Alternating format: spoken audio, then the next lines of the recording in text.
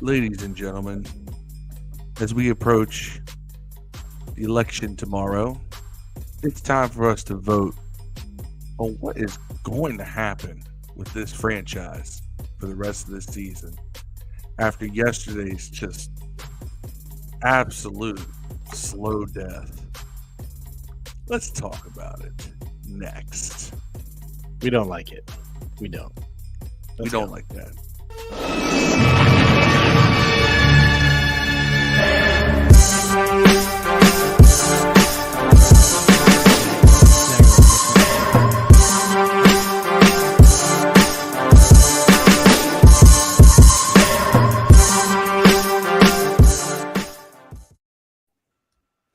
What is good? What is cracking, ladies and gentlemen? It is Monday night. We lost 20-17 to the Kirk Cousins led Minnesota Vikings. Now, a lot of us are upset. Phil and I were at the game. We'd like to share our experience with you. But first, gentlemen, how are we feeling about the game? Dev, Phil and I were at the stadium, so we have our own opinion. Let's start with you from the television. Overall, how did it look on TV? It looked like there were a lot of Minnesota fans. I actually think I texted one of you guys to ask that. No one answered. Seems like a lot of Minnesota fans, but I couldn't really tell because a lot of people had black on. Yeah. So I will say this, because that was the thing. It was probably about really a 60-40 Washington, which is still not good. But what it is that you got to understand the dynamics of the field. Everybody on the Minnesota side is behind the Minnesota bench. And every camera pan up from the Washington sideline showed nothing but purple. But if you looked on the other side of the field, it was black and burgundy. But because not enough people got the memo, it wasn't a whole lot of black or a whole lot of burgundy, which made it look like a hodgepodge. And he had like a little smattering of Vikings fans. It was really about 60-40. They were all lower bowl on the visitor side. That was really where they were. They were loud. They were there, but they weren't like the majority. Yeah, there was lots of purple there. But I will say overall, we'll talk about it here later on as we get kind of going into hot and heavy chat. But the atmosphere itself was live. The atmosphere was live at FedEx Field. No joke. I'm gonna take the glasses off for this. We ain't blacked out no more. The atmosphere was very live. It was nice to be there. I was with my family, my three boys, and my wife and Phil. The atmosphere was live. The black was awesome. It was nice to have a theme. It was pretty cool, Dev. But the purple was definitely flowing. There was more purple there than I thought there would be. But most of it was centered around the Vikings bench behind it. So, but I don't know. I don't know if it was the atmosphere of the whole Dan might sell the team thing, but this was my third game this year. It just felt like, I don't know. It just felt more lively. Like people were into it. The crowd was there. I mean, everybody was cheering. There was a couple times they did their little clap chant. They do the skol chat or a clap. It was kind of cool, but still I didn't want to see them doing that. But I want to apologize. I forgot to do the introduction. That was your boy Phil on the intro. We got Dev down below. I'm Steve. Thank you for tuning in to Command This. Let's go hit the comments real quick. We got Josh Kirby. Josh, happy birthday, bro. I know you were at the game. I'm sorry we didn't get to link up. It's kind of a last minute deal. Josh says, I was at this game. Scott Turner has to go. Why do you run 3 empty set plays in a row? Too many skol chants. Yes, there was. Marcus E. Lynn, how you doing? By the way, Josh Kirby on Sports. Go check him out. Twitter, Facebook, and YouTube. Marcus E. Lynn, Sports View 2 on Facebook. Go check his group out. Says, what's up, fellas? This Sunday made me want to drink a lot of Hennessy. Yeah, man. You and me. A lot of Hennessy because of Heineke. You and me both. I'm more Duce guy now. Jay-Z. Say what? I'm more Duce guy now. Jay-Z. We got to Duce now, not Hennessy. Jay-Z. Oh, yeah. I know the line. Salute service was pretty cool, although we were a little bit late getting in there to watch the pre-festivities. We got to see the Blackhawk in the red zone lot, which is real cool. Of course, they had the little festivities out on the game on the grounds prior to. Alan Hester, thanks for joining, man. We are doing well. Thank you for tuning in. James Jones says, good game, one bad pass. I don't know, James. I thank you for joining first and foremost. I think it was way more than one bad pass. I mean, if you look at the numbers, I think Taylor only completed 15. But the one bad pass you're talking about is that interception over the middle, which we'll get into in a little bit. I got the video of it. He didn't set his feet. He was moving backwards. And Ron even said it in the press conference. That's what he does. Bad pass. He goes, when the good was good, the bad was bad. And that's what we get. Here's the thing. It's funny. Heineke cannot throw from a pocket. Like, he has to be moving for him to throw a spiral. It's the weirdest thing because Steve and I got to watch live that touchdown pass to Curtis Samuel. Which, by the way, when he caught it, like, of course, you're like, oh my God. You realize that thing was the lamest of lame ducks. He chucked that thing up. He gave up. He sold the souls of his great-grandchildren to get the ball that far. And that thing is not even like a nice spiral. It's a wobbling duck, the kind of which that Billy Kilmer would look at and go, ugh, ugly. Yeah. And that's a reference for all you old school fans. And it was like, wow, that was a horrible pass. And a referee saved us from an interception on that one. You take away that pass, I don't even think Heineke hits 100 yards in that game. I mean, that's bad. It We're is running bad. the ball. That's bad. Yeah. And Dev, you know what? We'll just get right into it. Give me a second to pull up the numbers here. Let's get some of these comments, and then we'll go right into the recap here. Let's see what everyone else has to say. Aaron Sherry, thank you for tuning in, bro. Welcome to see you again. Johnny Bazemore, why no challenge on the bogus pass interference call against you mean BSJ? You talking about that one? Erroneous call? Because the Benjamin St. Juste was definitely a pass interference. You can say they were going for the ball. You cannot. He had already used his challenge, and you can't. They were both fighting, though. They were, but he still was prevented from coming back to the ball. That's the bottom line. Had he not prevented him coming back, he probably could have got away with it. But you cannot impede the route. He impeded the route. That's what it comes down to, plain and simple. Beth Holloway, thank you for joining. Said, don't get me wrong, I hate losing, but I think about it. We lost only 3 points to a 6-1 team. I say that's pretty good. I loved how the crowd chanted Heineke's name. Yeah, they did. Did they? Because I remember us doing a very loud "You like that" chant. Yeah.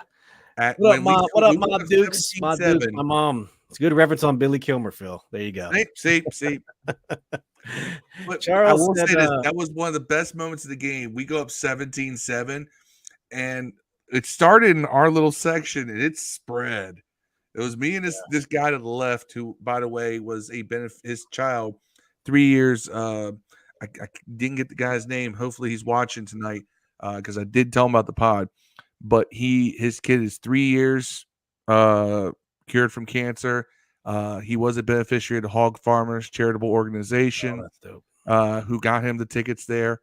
So that guy and I were having a nice little conversation over there. But we started a "You like that" chant when we went up 17-7, and it just spread over the entire home side of the stadium.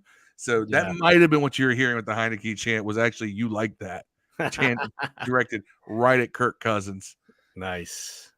Well, Aaron says Turner was horrible as usual. Yeah. Montez, what's up? Thank you for joining. Said, bro, he's going to throw at least one interception, but we're going to be good. Wentz had 99 yards last time out. He averaged 2 picks. He also had broken hands. 6 interceptions in 5 games is not averaging 2 picks. He also had a broken hand again that last game. Yeah. He did. Yep. I do want to share that we were talking about this a second ago, so I would just like to share the picture of it for you guys. Phil was talking about the Taylor Heineke. I'll have to bring it up in a second. The Taylor Heineke. Close your eyes and throw it to Curtis Samuel and hope that. Now, you guys know on that play that a referee knocked over the safety, like completely steamrolled him. You guys see that? Oh, yeah. Oh, Well, let's look at the picture here. It's actually it's kind of funny. I'm not gonna lie. It's hilarious. I feel bad because you actually have a legitimate cause to be upset if you're a Vikings fan with that respect. You really do. I mean, it's not even a joke. Look at that. The ball is right here, as you can see my mouse right there. That's the ball. 24 was right in position to pick that off, and as he was going back, he trips over the ref. Yeah, had the referee. Yeah, but if I could find the video, I'd show you. The referee, it looked like from afar, he lowered his shoulder and freaking Goldberg speared that dude. He anticipated, the ref anticipated to hit, the player did not. He didn't see that guy there at all. Yeah, it was. I'm not gonna lie, it was funny. It was funny. It On the video, it was really funny. Yeah, that's true. This was a very winnable game. It really was. Bernadette Marie, thank you for joining us. Says bring a Philly win with Chase Young. It would be nice to get him back. He's ramping up his practice regimen. You know, Steve will tell you this, all right? Because I've been a Heineke critic. But although I came around here and tried to give you guys, this is how you win with Taylor Heineke too. And I laid out a whole deal, and we saw some of that against Green Bay.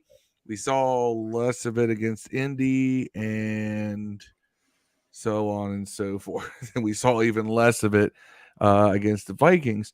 But I turned to Steve after that touchdown pass to Curtis Samuel. I said, I don't believe in magic. I don't believe in things like that. I was like, but there comes a point where stuff like this happens that shouldn't happen.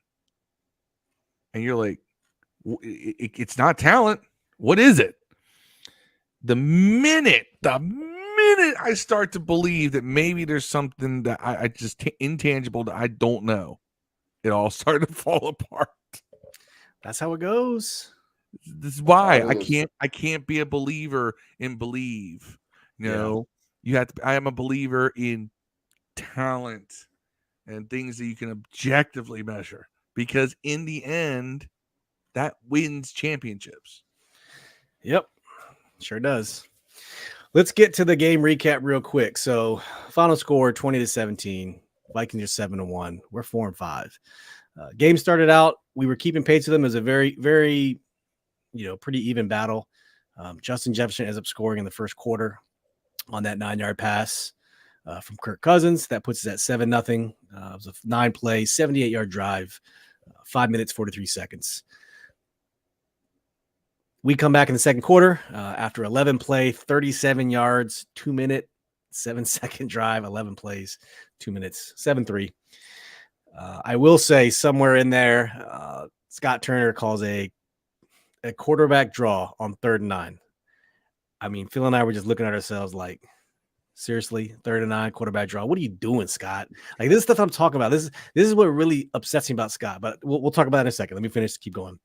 Third quarter, Curtis Samuel gets that 49-yard, close my eyes and throw it short, and the wide receiver will bail me out once again. Taylor Heineke, touchdown pass. Yes, his music should just be Bon Jovi, living on a prayer. We're halfway there. That's what we need to play for him when he throws those balls, like in the background. Whoa!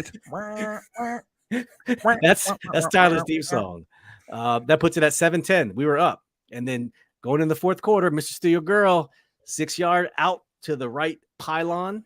Dax Milne caps off a 10-play, 78-yard, 5-minute, 18-second drive, 17-7. We're up by 10. With 14-14 to go. Vikings come down. I was like, we got this. We thought we had it. Vikings come down, hit a field goal with 10:46 left. It's 17-10. You forgot the DPI. Well, yes. Benjamin St. Jude gets a pick called back. We got to talk about this. All right. I think that was kind of touchy. That was, both of them were fighting for the ball. So I'm like, that's kind of, if it's, to me, that's not DPI, but I can see the argument for it. Yeah.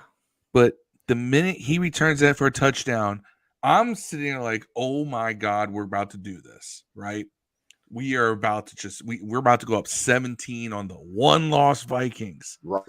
And just, I thought that was the dagger, right? But then it's like as soon as they call it back with DPI, like you just felt the wind just come right out of the entire home side of the stadium, bench and all. And, you know, the Vikings fans had all new life on the other side. And, oh, my God. And then I thought when Kirk threw up that bomb a couple plays later and Deron Payne laid him out, I mean, just hammered him. And I know Steven, I didn't even see the hit at first. Steve, I was watching the ball, and Steve goes, Cousins just got rocked. I was like, sure what? did. I looked, he's still down. I was like, oh. Yeah. But I was so mad because I saw him get hit, but I didn't see how hard he got hit. I knew he got hit, and I was like, oh, okay, this is going to be incomplete. Oh, no. Oh, no. Our DB got burnt. Yeah, and that was a long bomb. And just like at that point, I was like, we're not going to win this game. Like, I just felt it. Yeah. Let's get to some of these comments real quick, and we'll continue on. Dominic, thank you for joining us. Said Vikings are a sus 7-1 team. We talked about this on the pregame enemy intel. A lot of their games, they just kind of eked out by, was it one score, like last second scores.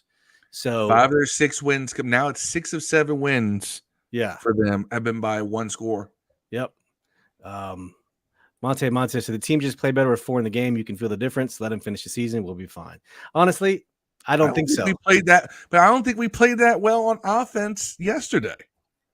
I don't think this is where my philosophy differs is Carson Wentz can sit out another game or two, then you play him because you need to know what you know what you have in Taylor.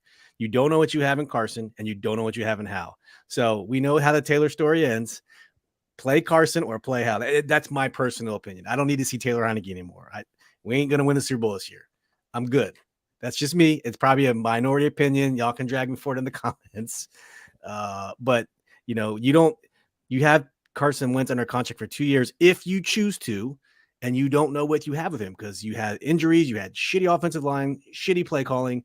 Things have kind of changed around. I don't know. It'd be cool to see Carson again, but John Bazemore says, why not put Sam Howell? Bro, this is what we're talking about. Why not put in Sam Howell? I don't know. I wouldn't do it against Philly. Maybe Houston. But Monday night against Philly. Is it Monday night? Prime time versus Philly. Not the best place to Dominic has reaffirmed what you said, Phil. Heineke should have had 2 picks and only 101 passing yards. Yes, that's very true. Throw it up and pray. It's been working for him. As the Kool-Aid the Great says. Welcome, Kool-Aid. That's Dev's people. Kool-Aid, thank you for joining us. You have to have a certain level of talent for that to work. Yo, as a winning philosophy. All right. Patrick Mahomes can do that.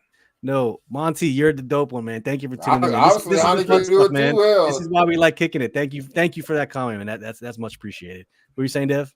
I said honestly, I guess I think he can do it too. Hell, let me do one of those magic Michael Jordan and Larry Bird commercials. I got the magic in me. Kind of commercials with Heineke and Mahomes. Well, let me finish the fourth quarter. Okay, so we had Greg Joseph, 25-yard field goal. It's 17-10 with 10:46 left. Dalvin Cook and 7:46 left. Dalvin Cook gets a fantastic pass from Kirk Cousins. Left side wheel route up the left sideline, 12 yards, 17-17. Yeah. That sucks. And then we had the sequence of events where it's the John Ridgeway over the center safety. It was the whole drive leading up to that. And Steve had already left the stadium by this point. He had but by they kick a field goal and it's 20-17. But that whole drive, it was like over. You knew it was coming the whole time. And it was just like it's like a death by 1,000 paper cuts. And it's like you just get to watch yourself bleed right out. Yep. It was so excruciating to watch. And you're just like dying for some kind of intervention because you're just like, come on. So let's look at the Taylor Heineke throw it up and pray. Last week, it was the Terry McLaurin throw it up and pray. We did a very good video breakdown of how he could have easily led Terry in for the touchdown. Now, here's the Curtis Samuel one. Ready? Close my eyes, throw it up on 3. Ready? Break.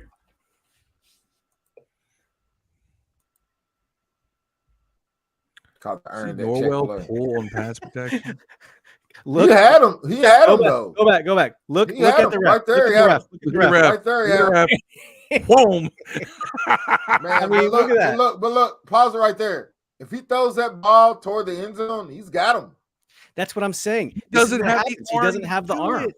Just like he can't do it. Gilmore got back into that pass last week because Taylor Heineke does not have an arm. All right.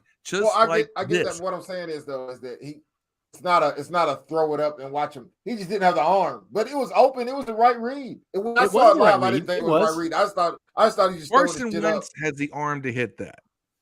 He does. I agree. Man, if we could combine, Carson has the arm because they got the legs because Cornelius Lucas is blocking. Brian got the time. Yeah. Cornelius Lucas doesn't form a pocket. He always tries to challenge the guy too high. Man, he's played pretty well until last game, though. I'll give it to him. He played pretty well up until last game. He got abused, though, bro. Look at that referee. By the way, did you see how open Terry was for about 20 on that? It worked out. It worked out. Triple coverage. It worked out. It worked out, but you know what? Can you get away with that forever? Yeah. Trent Dilfer did. It worked out. Trent Dilfer didn't do that. Dominic said the Vikings passing offense is also in the lower third of the league. Not sure how he only had 149 passing yards. He's not that Cornelius Lucas. Cornelius Lucas, like I said, he has this habit. Like, I don't know why.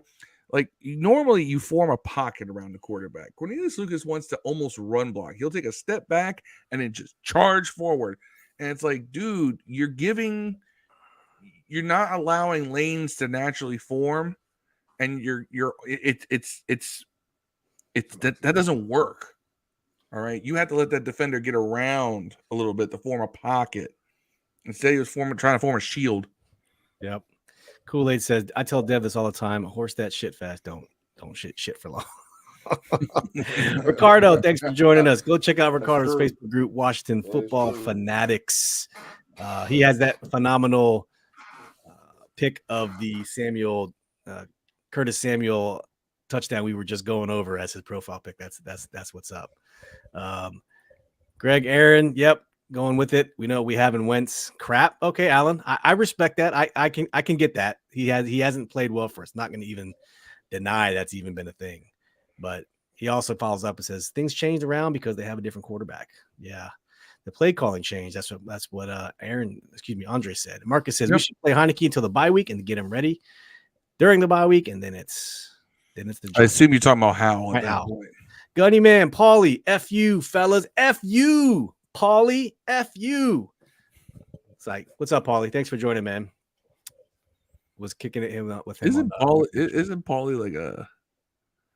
He's a repo man. He'll come get your shit. But I own everything. I don't have anything on credit. Oh, he said Heineke needs some Barry Bonds cream, please. Yes, in the arm strength. Close your eyes and throw it. I mean, last year Terry bailed him out quite a bit. You guys remember how many times Terry ended up bailing him out? It was quite a bit. Atlanta specifically.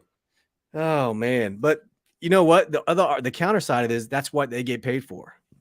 But how many times it just seems to work for Taylor more often than it doesn't work. And I don't know why that is. I can't say why. Because he's good, man. You got the magic. That's what he's got. 50 magic, balls, and it tends to work out on the 51 side, not the 49% side, but it's the wide receivers. But it's okay. You know what, Taylor, I love the way he moves around in the pocket and he can extend plays, which affords opportunities. Like I said, if we could clone Carson's arm, he does that. Yeah, well, when he doesn't move around, when he tries to throw from the pocket, he gets these happy feet like Dwayne Haskins used to do, and he tends to move backwards, and his throws sail. And Ron said that at the press conference. You can't be 6 foot and throw sidearm. It doesn't work. That's why you're getting your passes knocked down the line. We saw it so much last year. It worked on that fourth down on the last game. When it's going towards the edge, and it works out well. But over the middle, no, it doesn't work. It doesn't work. If you're throwing out to the right, but even then, his arm is not that strong. Yeah. We were talking about this at the game. He cannot throw a deep out. Yeah. Dominic said 24 had the shit for an easy pick. Monty said, how come our cornerbacks never turn back to catch the ball? I mean, because they're usually trying to catch up. One. Triple coverage, throwing the triple coverage isn't advised. Joe Runyon, my uncle Joe. Taylor's fun to watch. However, he's just frustrating to watch too. And that's what Ron said at the press conference. You know what? I'll pull it up here in a second here. You know what? That's accurate. Taylor is fun to watch. But that's all the information you're gonna need to hear when they put those ass for Wentz in about 2 weeks. Because you know what's happening. That's it. That's why I say there's good Taylor and bad Taylor. Unless he goes out there and beats the shit out of Philly, and it's because of Taylor. Yeah. So for the audio crowd, here's what Ron said at the press conference. Truth of the matter is, for the most part, Taylor played well. He had some opportunities. One thing you'd like to see him to do is take what's in front of him, as opposed to, a couple of times he tried to make a big play instead of going what was given to him. Unfortunately, a great example is he tried to throw the deep ball to Logan.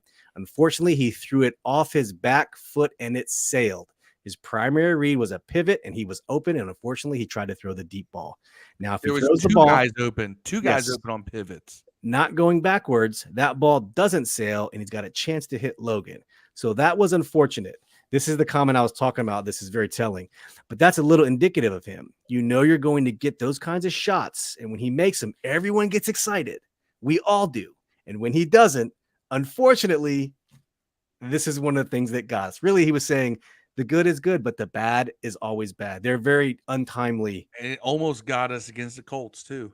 Yeah, I think that's what Ron was trying to say. I wonder what he said about Lucas blocking then. Well, I know what you're going to say here in the near future. So you know what he said? He's basically, that's why Cosby's going to be back probably on Monday. He sucked too. I mean, if I had to choose between the two this year plan, Lucas has probably outplayed Cosby this season. Last game, no way. No. Last game, I would have yanked him. No. I would have played one-arm Cosby out there over Lucas last game. But Cosby, the last 4 or 5 games, the one that everyone has a bad taste in their mouth, he played with a bad hand. And I know people say, well, Jesus, how much can a hand affect you? Well, you're trying to throw an effective hand punch as an offensive lineman, and your hands hurt. You're not getting anything behind that. You're just trying to push. You're not trying to get that nice pop right into someone's chest.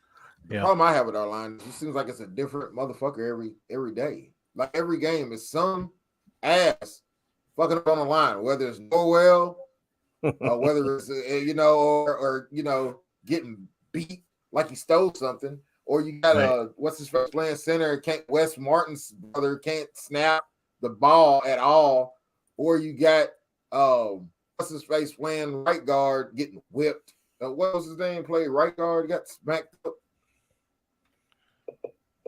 Right. It wasn't West, it was his replacement. Cosme? No. Right guard? What was Cosme got smacked up at guard? What did that game? Cosme didn't play guard. Cosme was there as a backup in case Lucas got hurt, but he's not ready to play full time either.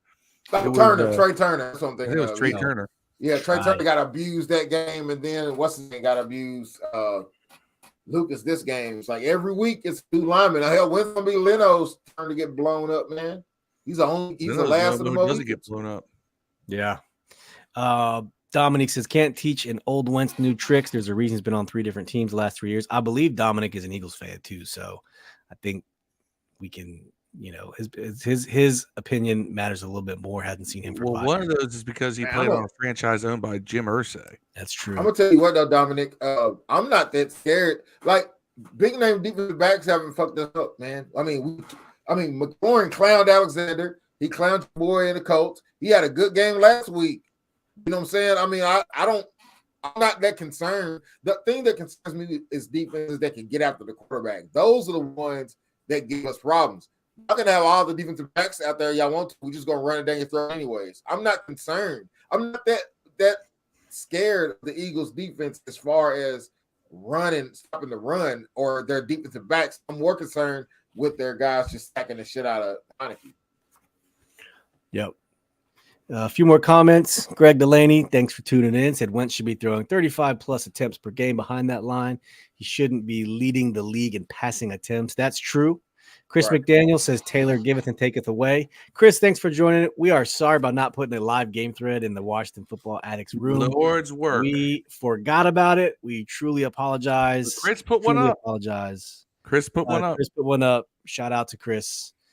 Monty says Taylor bring life to the team. You are not wrong. Okay, I will not say you're not wrong, Monty. He does bring life to the team. But I'm gonna tell Heineke fan after that spin move we put on. After he put that spin move on him. What was the crowd like? What was the live crowd like when that happened? When what happened? It was when Taylor Heineke put the spin move on him, man. He did that, and the crowd like literally gasped for a second. Like it was like, jeez, I thought he was gonna die. I said, "Oh my God, he's gonna get crushed." Oh my God! And they showed it on the big screen. It was pretty dope. As a matter of fact, Dev, since I feel like you know what we're going to talk about, let's go to the tape. There it is. There it is. The spin move. 1, 2, 3. Whoop! Man, that's impressive. It just needs to be. It needs to be underpinned by here's the thing, and this is the thing I've been screaming about for weeks. We need more of that. We do. That's impressive. More RPO. Taylor needs to be keeping the ball more. Yeah. That's impressive. That's what I love from Taylor. That's what I love from Taylor. Yeah, that's impressive. You get him on the edge. He's dynamic enough where he'll cause you some problems. I'm not gonna hate on the kid, man. If he not at all. You can win with him, but I'd rather have somebody else. I don't hate the kid though, man. I'm firmly cool with going Heineke next year and get rid of Wentz and then letting him play until House ready. I'm okay with it, or whoever we draft's ready. I'm cool with it, man. I don't want another quarterback unless that dude's great. Breaking news. Oh shit. Matthew McConaughey puts a bid in to join for the Washington Commanders. He's joining the Washington bid. He doesn't say all right. No, he's joining Jay-Z and Jeff Bezos. Oh, all right. So the other day I tagged them. Matthew McConaughey, Wale, Kevin Durant, Joel Madden, Benji Madden, Dale Jr. If y'all can wait till I get my taxes in February, man, I like to go in on it too. And I was like, hey, I'm putting together an ownership group. You guys in? And I got one like. And you know what like it was? Joel Madden. Like that damn tweet of all the people. From fucking Joel Madden from Good Charlotte. He's a member of Good Charlotte. He's from the Northern Virginia area. I want to be just like you, Good Charlotte. No, they're from Waldorf. Yeah, they're Maryland area. They're PG County folk. Charles County. Guess what, guys? Cage the Elephants from Bowling Green, Kentucky. Cage the Elephants from right here. Bowling Green, Kentucky. Cage the Elephant. I don't know who that is. Oh, I know who Cage the Elephant is. Oh. Great band. Dominic says it might be a nightmare against Slay and Bradbury Monday. Also, can't forget CD and Deuce. Yes, that's true. Eric Berner, thank you for joining. Says love the young guns in the secondary. Run the ball. Robinson will only be effective if he gets 20 touches a game. Gibson is ready to score at any moment in space. And Rodgers at tight end is the guy to get involved. That's true. Hey, Curl is a liability on passes. I'm sorry. I'm going to say it, dude. Every week, Curl gets burnt. Every week, he gets burnt for a touchdown. Every week, he gets burnt for a touchdown, man. Curl? Every week. Every week, he gets burnt for a touchdown. Usually by running back, too. He covers. He got beat by Jones for a touchdown. Who did he get beat by last week? Who played last week? Are you talking about Naeem Hines beat him, Jones beat him, and then last game no. Naeem Hines beat Jamin Davis last week. Yeah. I think he got what's the name pretty good too. I know. No, it was Davis. They had Davis on him. Monty brings up a good question. He says, should Taylor start for the rest of the season if we beat Philly? Okay. I just answer that. I know. Depends is if he ain't drafted no fucking Levis. If it's a game where we win in spite of Taylor, like seriously, in spite of him, no. If he handily wins the game, or if he throws some bullshit, we win on the buzzer. I don't care the score, but if it's a case where we win, but he plays like ass, which I don't see how that's going to happen, but let's say it does, then you got to go with someone else. You can't have 149 passing yards and expect to beat Philly. Yeah, that's true. Eric said, you already know Scott Turner may be bipolar with his play calling. This is what has been holding us back. I agree. But like I said on Ref to District earlier, when his play calling is good, it's really good. But when it's bad, it is really, really, really bad. Like it's really, really, really bad. Really bad. It'll be worse. Like Phil said earlier, he's just try. I don't know. He's trying to get cute. Like, don't overthink it. Keep it simple. We could have Jeff Saturday calling plays Sunday, you know. Bro, All you need is high school. Right to call plays. Do you guys ever see the clip where Manning is cursing out Jeff Saturday mic'd up on the sideline? It's one of the greatest things ever. And then afterwards, he was like, I'm mic'd up. But he says, told don't him, call the fucking plays. I call the fucking plays. Yeah. He's like, stop calling the plays. And the broadcast said, Marcus said the broadcast that Turner earned a start versus the Vikings. It tells you how little the broadcasters pay attention to this team. Says, check the PFF grades for Slay and Bradbury. 1 and 2. I'm not doubt it. I mean, Slay's having a phenomenal year. I mean, he's just on point. I don't know where he was last year, but he seemed to have a resurgence this year. He's playing well. Paulie says, doesn't matter who the quarterback is. Turner don't know what the F he's doing. I'm not going to allow it to do. I think it's true. I think Ron needs to start calling plays, bro. Take responsibility for it. Ron's not an offensive guy. You don't want. Hey man, you're a head coach. You gotta do it, man. I mean, you gotta do what you gotta do. Honestly, can you? He got about 1 more year, bro. Like that, he's gonna get this year, and he's gonna get next year. But after next year, it's over, man. Because he's getting next year, unless there's a new ownership. I think he gets next year, and I think he might get next year too, because new ownership won't be in until probably next year's start. So I think he'll get. I still think that the offensive coordinator position, this is Scott, unless Scott Turner has a revelation starting about now, he's gone. Whether or not any other coach is gone, he's gone. I don't know, Julia Jones, thank you for watching. Says tough, but they let the opportunity pass them. They could have claimed the victory. F. Kirk, still garbage to me. I'm not gonna argue with that either. Eric Berner says misdirection, play action, motion. This helps a bad offensive line and Heineke and his capabilities. That's true. Going back to the spin move, I know we're a little behind. And man got his soul stolen on that play. Craig Anderson, thank you for tuning in. Said it's hard to hate for. It is. It is really hard to hate for. I just wish he has a little bit of more arm strength and ability. Kind of hate his hive because they think he's Jesus, and I don't like that. The love affair of mediocrity. Well, because our bar for quarterback has just been so low for so long.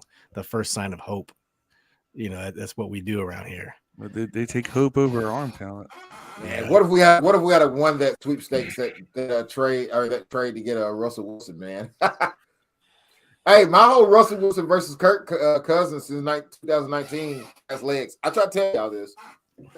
No. At the time when you said it, there was no statistical proof of your. Man, I showed you all the statistical proof. No, I showed you the statistical proof.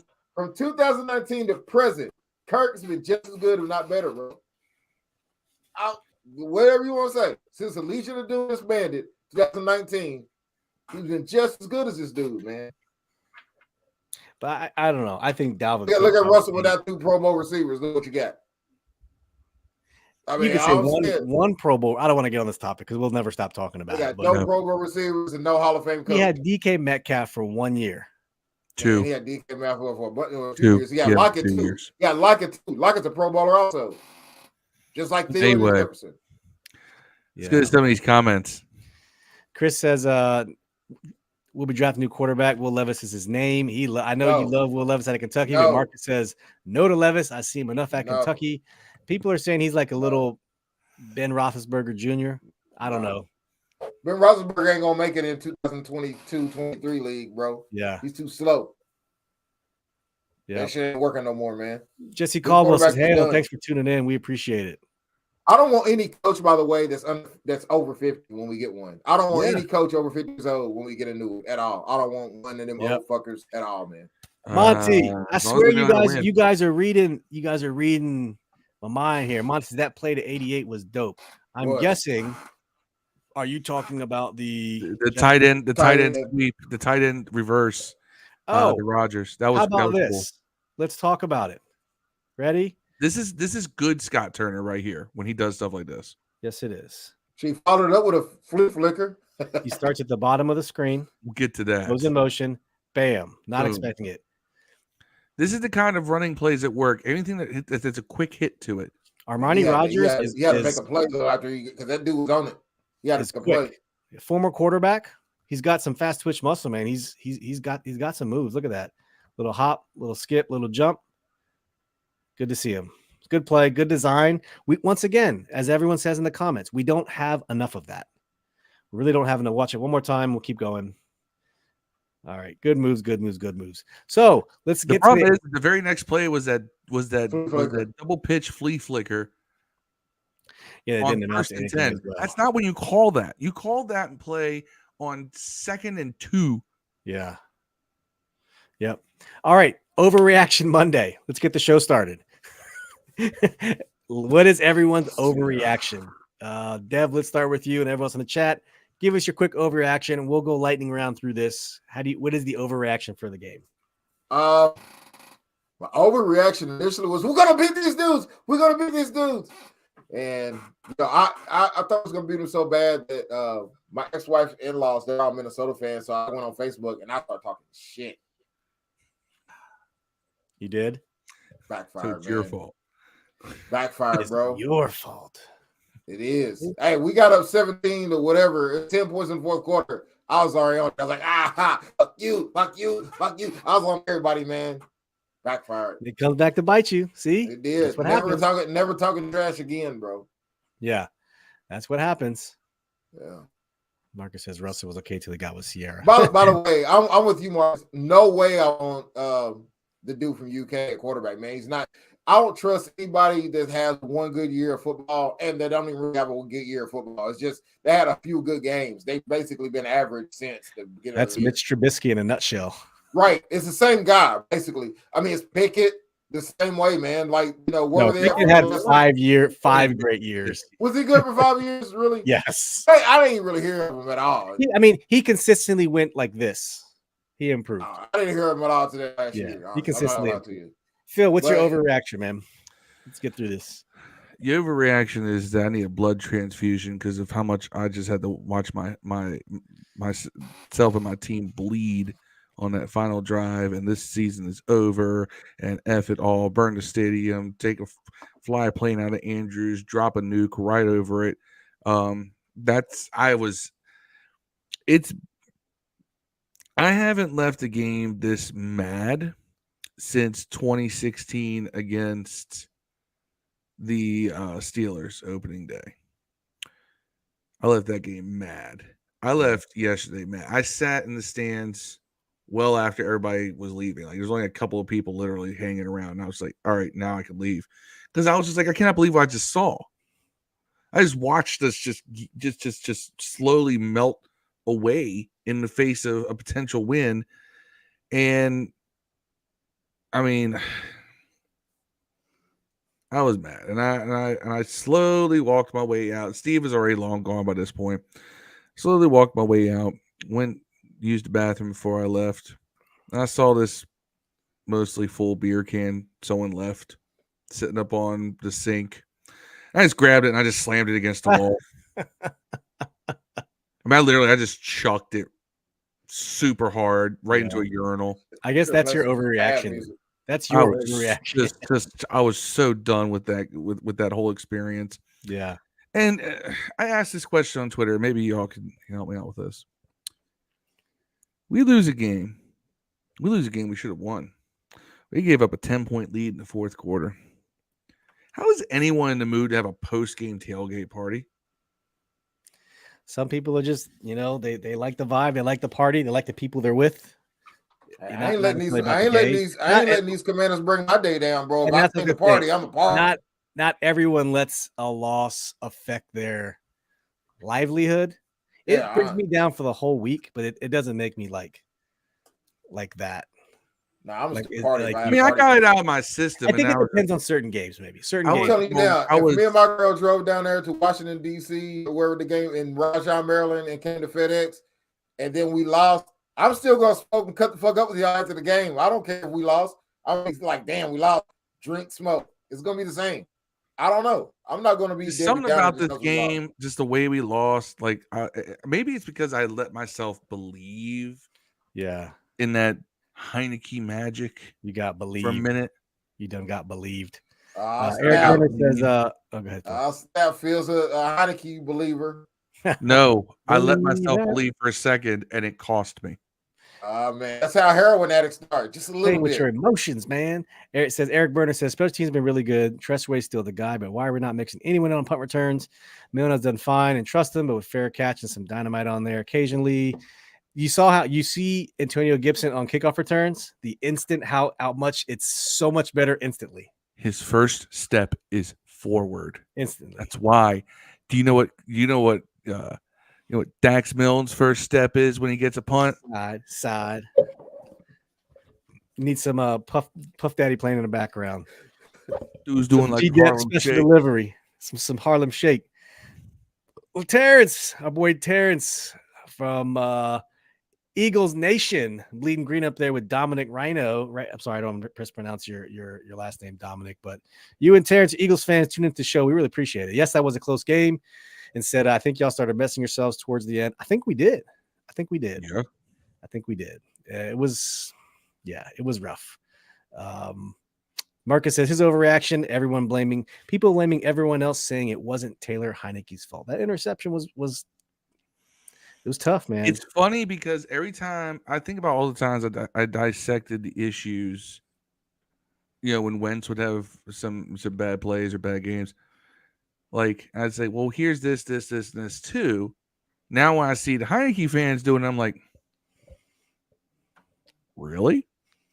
Now it's the everybody else, and I didn't even think it was everybody else, but I thought that people were always too hard on the quarterback. Now maybe some of that salary too, but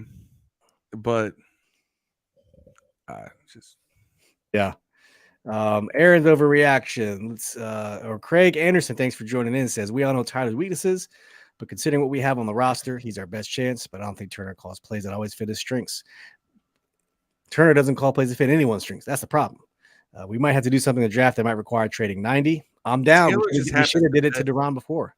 Taylor just happens to be the least square peg that he's trying to hammer into a round hole. Yeah. Move off from Carson, draft the quarterback in the first round. With Carson gone, I don't see how we can't resign my boy 94 Payne.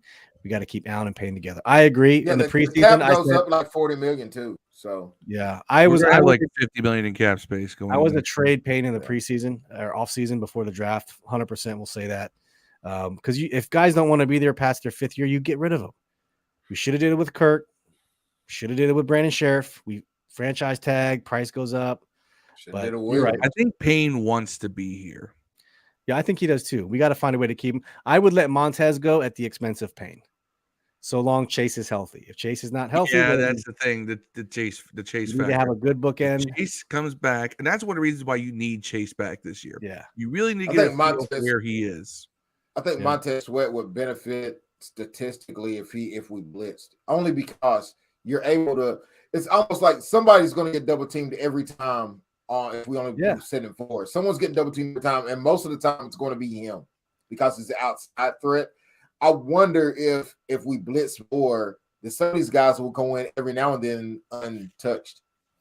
Just because you send more people, so it's more your line's more susceptible to fucking up and it's going to go through. Like it happens to us all the time. That's how they get through on the middle of the line. It just seems like they come straight through because they got too many people to block, get confused.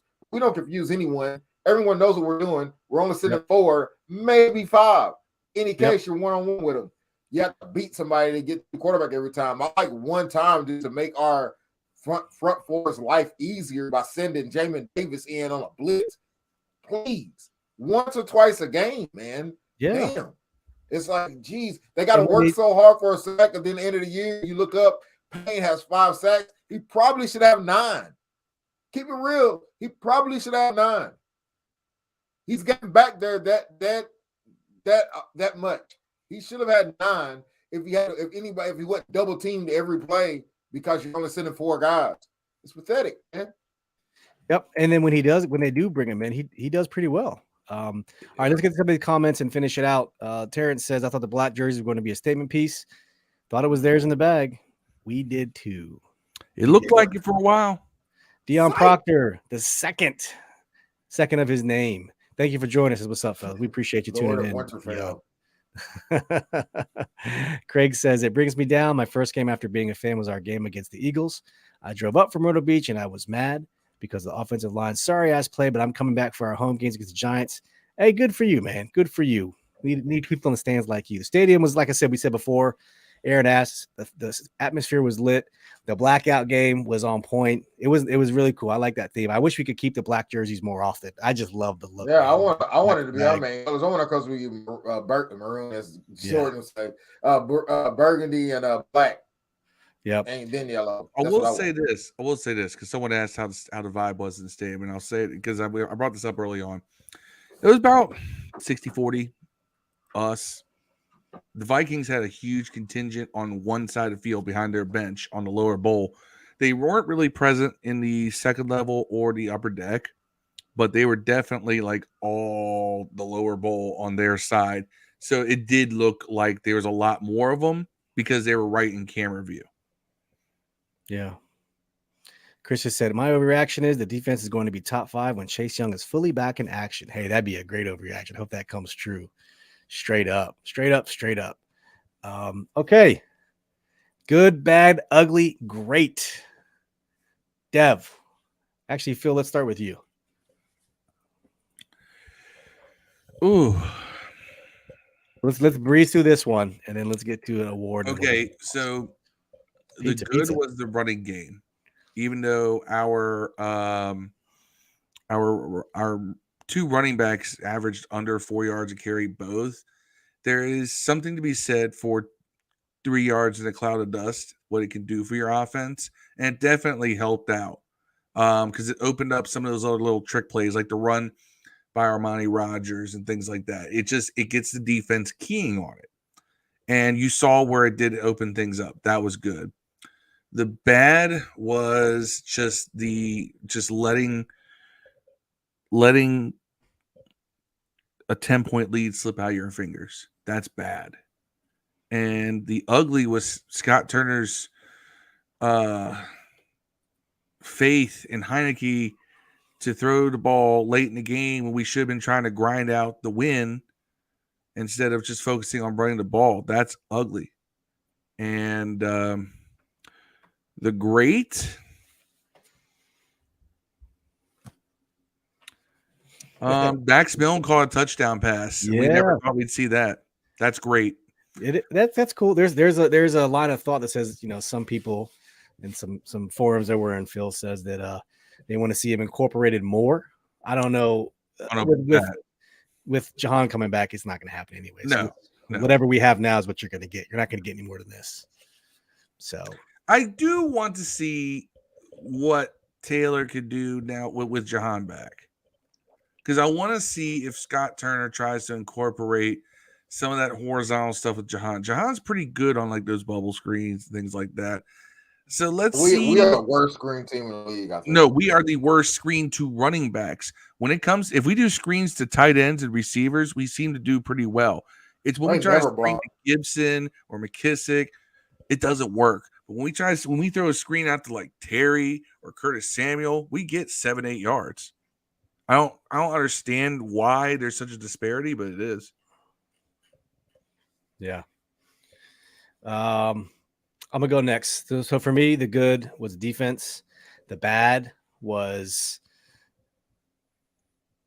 I'll say that John Ridgeway. No, I'll say that's ugly. The bad was the interception that we talked about earlier, throwing off his back foot, trying to hit Logan when he had the pivots up front. The ugly was the Ridgeway penalty. I'm not going to get into argument whether it was a penalty or not, but because it was ugly because it probably cost us the game. We were not afforded at least a 2-minute opportunity where we know Taylor Heineke excels. And then the great was Curtis Samuel. I'll say wide receivers in general getting the 50-50 balls, but in this case, it's Curtis Samuel getting that 50-50 ball. These wide receivers continue to go up and get that 50-50 ball. That was like more often than not, they catch it. I'm just saying, it works. It's not a sustainable lifestyle to live as a quarterback. Just spray and pray and hope your receiver catches it. I get that, but at some point, you just gotta. And if you notice, these are all on deep throws, and we know that's where he lacks arm strength. But that's the great that they went up and got it. So yeah, Dev, what you got? Oh, he's eating. I got it. Okay. Go ahead. The good would be the defense. They came with They hit hard. And that's one thing you can't take away from us. We come with physical, tools in the game. We hit people pretty hard every game. I do like that. The bad Scott Turner was the bad. I mean, he's pretty much getting himself. He's got to be demoted to like a quarterback coach or something next year, right? Like this can't keep up. Dude, he's gonna be a head coach somewhere. Just wait. And a good one too. It'll be our luck, But he comes from Washington. It's got to happen like that, right? It's got to be a great head coach. Not here, obviously. But I think the ugly is Cornelius Lucas. The bad sacks, man, the untimely sacks, the pressure that Heinicke was receiving from the strong side of the line, I guess is the right side of the field. It was terrible. That's why he gets my Glock Dookie award, and it was close between him and Turner. I'm not gonna lie.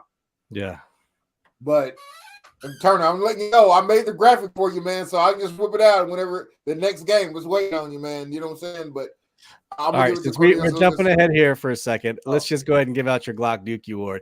All right, Dev is going to give out his Glock Dookie award. So, Dev. It's Cornelius Lucas, man. I think he gave up like 2 or 3 sacks and a lot of pressure on the right side. I almost feel like it should have went to Cosme for not even being able to play. Cornelius gets the Glock. Cosby's got a club on his hand. Man, I don't care if he got a club on his hand, a bar mitzvah, whatever he has on his hand. Hey, for those y'all new to the show, Dev gives out his Glock Dookie award to the person who played the shittiest every game. If you don't know what a Glock Dookie is, go Google it. Google Glock Dookie. We will not take responsibility. Or go back a couple weeks to watch the show. We are not responsible for what you find, but that's an award on Commanders. That's what we do here on the show. The Glock Dookie award goes to Cornelius Lucas. He actually has been better than a lot of our linemen for most of the games, to his credit. Yeah. I don't think he will be a repeat Glock Dookie defender. No, Scott Turner. Yeah, Cosby's coming back, man. I mean, let's get a couple of these comments here. Aaron says, good defense, bad clock management, game plan, ugly Heinicke throwing the pick, and the great was the uniforms. Yeah, great was the uniforms. That's a good one. Our boy Terrence says, good. Taylor looks like he managed game better than Wentz. Man, all the Eagles fans are saying that. Bad offensive line production. Ugly. Letting the game slip away when you're playing a 6-1 team. I think that was Phil's point earlier when he was talking about it. Eric says, great. Danny Johnson still getting paid. This guy's becoming one of those classic. Oh, Danny Johnson, by the way, has more interceptions than Aaron Colvin.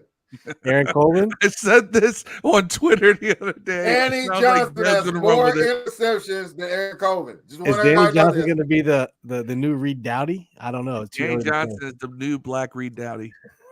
Because who was it before? Who do we say? Shazer Everett was the new Reed Dowdy. Marcus said good. Brandon St. Just held his own versus Jefferson. Bad Heinicke needs to quit throwing off his back foot. Ugly Scott Turner play calling. Rivera challenge, and the great our defensive line, front D line, and the linebackers. Yep. Greg says the good secondary, bad Heinicke INT. Ugly play calling, great the defensive line. Boy, Paulie says the D line is good. Bad Lucas ugly. Bad was Lucas. That's why he got the Glock Dookie award. The ugly was the pick 6 called back. And he says nickname.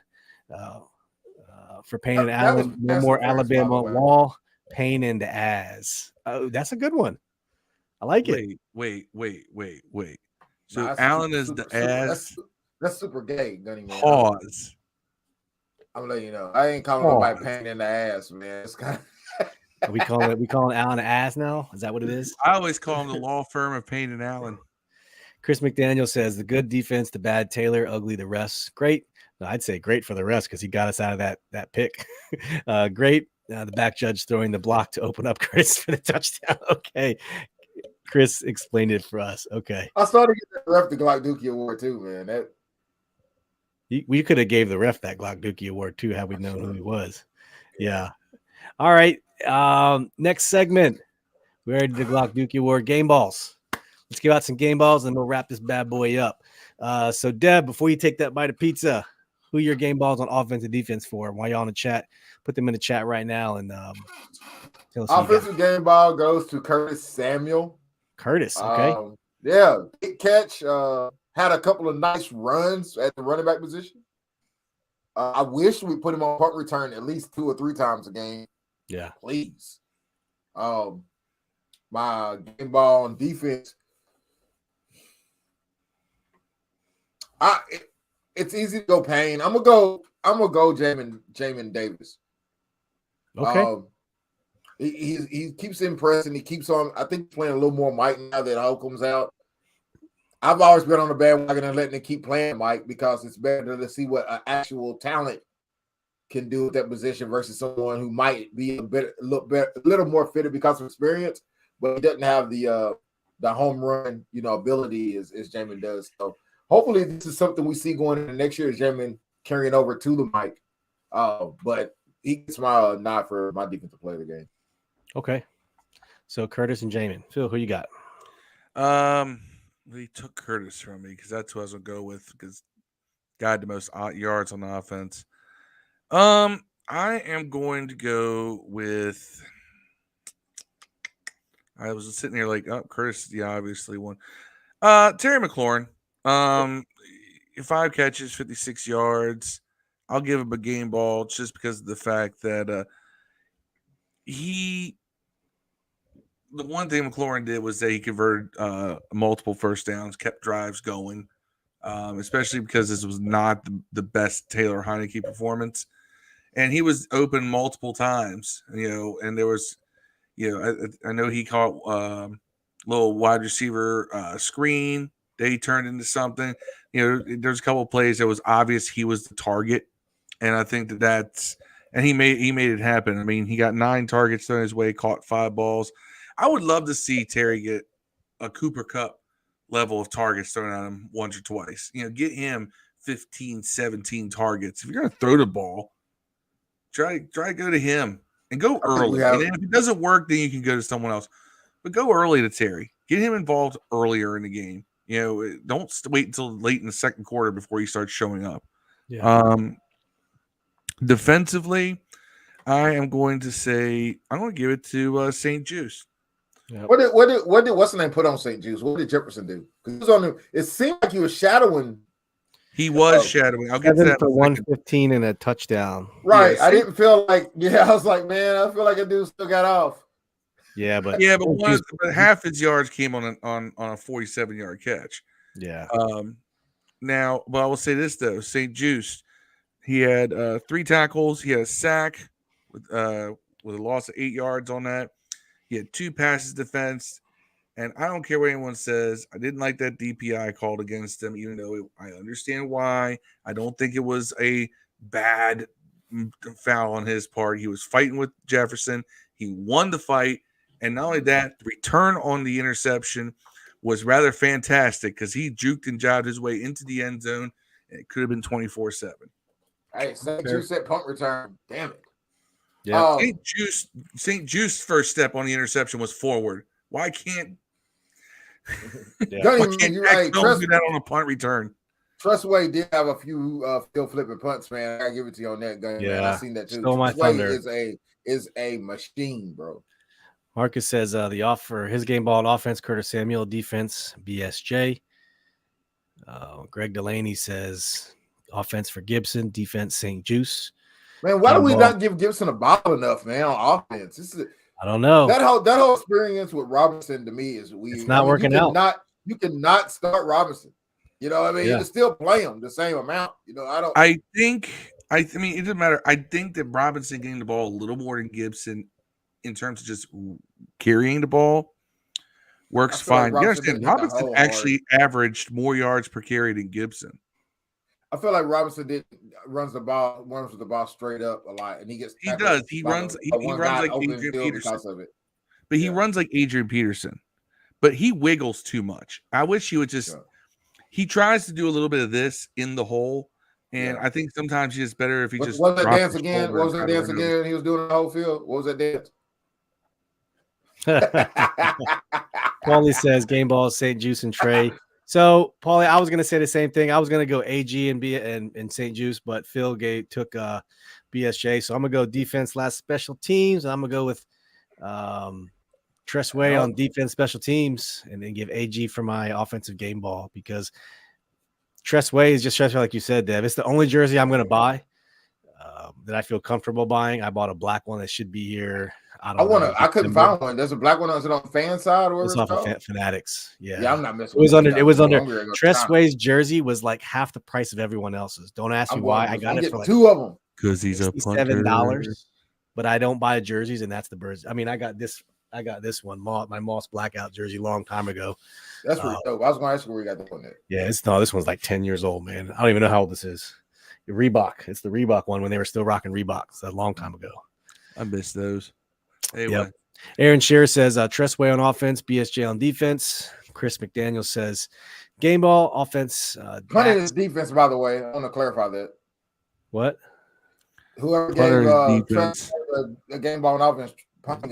Defense and special teams is synonymous. Game ball, Chris goes game ball offense. Dax for the touchdown reception. It was a nice throw from Taylor too. Defense, BSJ for locking it down after the first drive. A lot of people have a lot of good things to say about BSJ. Eric has a comment. Have we seen the last of Wild Goose? Is his goose you ain't seen the last of Grey Goose? That's what I'm gonna be on. Wild Goose shit. That's what I like to call it. His juice gonna be good. He's gonna look back and get his hands up to knock your pass away. All right. Unless he's talking about Saint Juiced, not Juice. Not he's talking about BSJ. Not synonymous with Wild Goose. Marcus says Dax Milne's doing the hammer. Why not put Gibson and Robinson on the field together? Paulie answered that question because Scott Turner doesn't know what he's doing. No idea, bro. It's like he just goes on Madden. Like, ooh, I can do this in Madden. Let's put it on the game. Let's see if he hits the what is it called? The coach's recommendation plays. Right. Yeah. It just runs it. Man. It just runs it. Man, good times. Well, time to cue the music. Time to close it down. Man, I feel like we mostly we were off script tonight, but it was great because y'all in the chat were live. It was great. Right. Yeah. Let's hit some shout outs real quick. Phil, go ahead. Shout outs. Shout out to all the people at the Red Zone tailgate. It was a vibe. It really was. Actually, no, it was not a vibe. It was a vibe. That whole everybody. Here's the thing. This shout out to Command Corner, who actually played Prince, and the Minnesota fans didn't play any Prince. All right, how you gonna be Minnesota fans and you don't play Prince? There's something wrong with you if that's the case. All right, so shout out to Command Corner and the rest of the Resident Tailgate crew. Out in the waters of Lake Minnetonka. Game blouses. Yeah, man, I think if I was Minnesota Viking, I'd have on the jump screen every time we won. Game. Yeah. Blouses. Yeah, you want some pancakes, bitches, after every game. If I was Kirk, I'd dress like Prince after every game we won and be like, get some pancakes. Kirk is dead Flanders. Someone pointed that up on Twitter. It was hilarious. Man, Kirk is hilarious, bro. Who'd have known? I mean, I always felt like clearly not Bruce Allen. He could still be our quarterback. He just looked like a fish out of water when he was here, man. I don't know. He's like I don't know. Like a Mormon. No offense. Jared says Frank Reich's available as OC. True. I would take him in a heartbeat. When you lose to Washington, you get fired. That's how our current head coach got his current job. I told Kool-Aid that. I said, hey, man, I told him, look, if y'all lose to us, this was Winston's quarterback, and Winston's quarterbacking, they're going to fire him after the game. But he made it a week later. Ron Rivera needs to text Frank and said, hey, buddy, I've been in your shoes before. Don't worry. You'll bounce back. Yeah. You should say, hey, buddy, you got a job here as offensive coordinator anytime. That's right. He's a good play caller. And I want to give a shout out to everyone who joined into the chat, man. It's so many to name tonight. We had so many new faces, but Paulie, Terrence, Aaron, Eric, Marcus, Monte, Julia, Kool-Aid the Great, Greg, Aaron. I want to get everyone in here. Chris McDaniel, Andre Shorter, he popped it up front. Jesse Caldwell. I know I'm missing some more people here. Dominic, thanks for tuning in. Craig Anderson. Who else I'm missing here? Uncle Joe, my Mom Duke's logging in. Julia Jones. All you guys, we really appreciate it. And like I said before, you get it. What's up? Do you have any siblings, Steve? Yeah, I got an older brother and a younger sister. Okay. What about you, Bill? I've got 3 older half brothers, an older half sister, and a younger sister. Oh, shit. Pops used to get busy. Born to get busy. If you've never done so, please go like and subscribe. And for those on Facebook, I posted a link in the chat. You can do us a favor, go over to YouTube, hit that like button. That really helps with pushing the video up, and hit that subscribe button as well. Really appreciate it. We'll be back on Thursday. We got Philly coming up on Monday. Should be a good show. I know we'll probably have our boy Terrence back on here for either the pregame or the postgame. We'll get him back on for one of those shows. I think we're also going to try to have Mr. Jimmy Kimsky on from the Philly Voice to help us preview the game as well. So 2 good shows coming back up. You got the pre and the post. That'll be Thursday and Monday, a week from today. We'll see what happens. It's never prime time. Hasn't definitely been our strong suit. We'll be up in Philly at night at the link under the lights. I was in Philly under the lights, and we won a division. So yeah, Terrence is saying, "Good show, fellas. Can't wait for the next show, Monday Night Massacre Part 2." Let's not. Hey, look, I think we got a shot, man. It might be a snuff film. But it's Chase Young. It might be Chase Young's homecoming, man. It could be Chase Young's homecoming. Could be. Yeah. Christopher, thanks for the good words, man. Great show. These are always fun. No, they're only fun because when you guys come into the chat, when we talk to ourselves, yeah, it's fun, but it's nowhere near as fun when we get to actually talk with people. We're just like you guys. We're fans. We just have a platform to talk about it, but you guys are really what drives the show and makes it great. So we really appreciate you guys. Hey, Marcus, yeah, you're right. Louisville basketball starts Wednesday. I can't wait for that. And we are both. By the way, Jeff, congratulations to your Louisville Cardinals beating my hometown or current hometown JMU Dukes in football on Saturday. Well, the basketball team lost to a junior college, so okay, it's a wash then. One more final shout out. I want to give a shout out to the Hog Farmers. Yes, the opportunity. They hit me up. I do donate. I try to donate to a lot. We've done it on behalf of this podcast, but I do a lot of donations to their cause. They stand for. They help pediatric cancer patients, help get through some things. Do like some good opportunities for those children individual. And they reached out to me, and I was able to get lucky enough to get some tickets for the family and I. So shout out to you guys. Really appreciate it. The opportunity was great. And Yam, sorry we missed you, man. Shout out to Yam. Made it in under buzzer. Shout out to the Knicks. We have 20. We're still gonna probably lose. One more shout out. Shout out to Hog Farmer Chris, 2022 Commanders Fan of the Year. There you go, Fan of the Year. Could not have gone to a better guy. Yeah. One more shout out. Shout out to Rest in Peace Butts. Dave Butts, that's right. Dave Butts, rest in peace, man. And the Knicks are winning by 20. We'll probably still lose. Don't worry, Monte. We'll hit you up again. We will invite you. We'll tag everyone as Monday nights and Thursday nights, man. We're live. It'll be broadcasted into the Washington Football Addicts Face group. You can find it on the YouTube channel. You can find it on Twitter.